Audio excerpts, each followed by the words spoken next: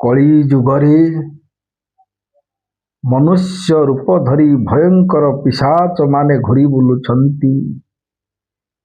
ବାବୁରେ, ନିଜଠୁ ଅଧିକା ବିଶ୍ୱାସ କାହାରି ଉପରେ ମଧ୍ୟ କରନ୍ତୁ ନାହିଁ।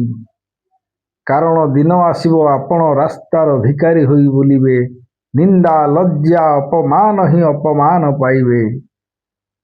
ଯେମିତି ମହାଭାରତରେ ଅଙ୍ଗରାଜ କର୍ଣ୍ଣ ଦୁର୍ଯ୍ୟୋଧନଙ୍କୁ ଅନ୍ଧ ଭଳି ଭଲ ପାଉଥିଲା, ବିଶ୍ୱାସରେ ସମଗ୍ର ଜୀବନ ଅର୍ପଣ କରିଦେଇଥିଲା। ନିଜର ଭାଇମାନଙ୍କୁ ଆଗରେ ଅସ୍ତ୍ର ଧରି ଛିଡ଼ା ହେବାକୁ ପଡୁଥିଲା।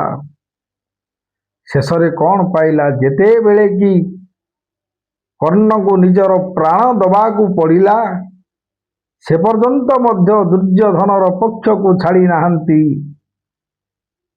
ଯେତେବେଳେ ମୃତ୍ୟୁବରଣ କଲେ, ସେଇ ଶକୁନି ଦୁର୍ଯ୍ୟୋଧନ କହିଲେ, ସୁତପୁତ୍ର ଧୋକାବାଜ ଆଜି ମଲା।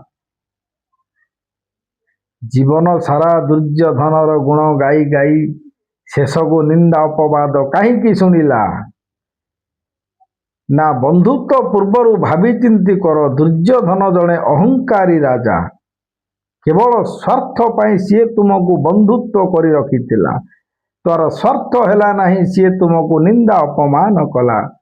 ତେଣୁ କଳିଯୁଗରେ ବନ୍ଧୁତ୍ୱ କରିବା ପୂର୍ବରୁ ଭଲରେ ଭାବିଚିନ୍ତି ବନ୍ଧୁତ୍ୱ କରନ୍ତୁ, ନହେଲେ ସେଇ କର୍ଣ୍ଣଙ୍କ ଭଳି ତୁମର ହେଇଯିବ।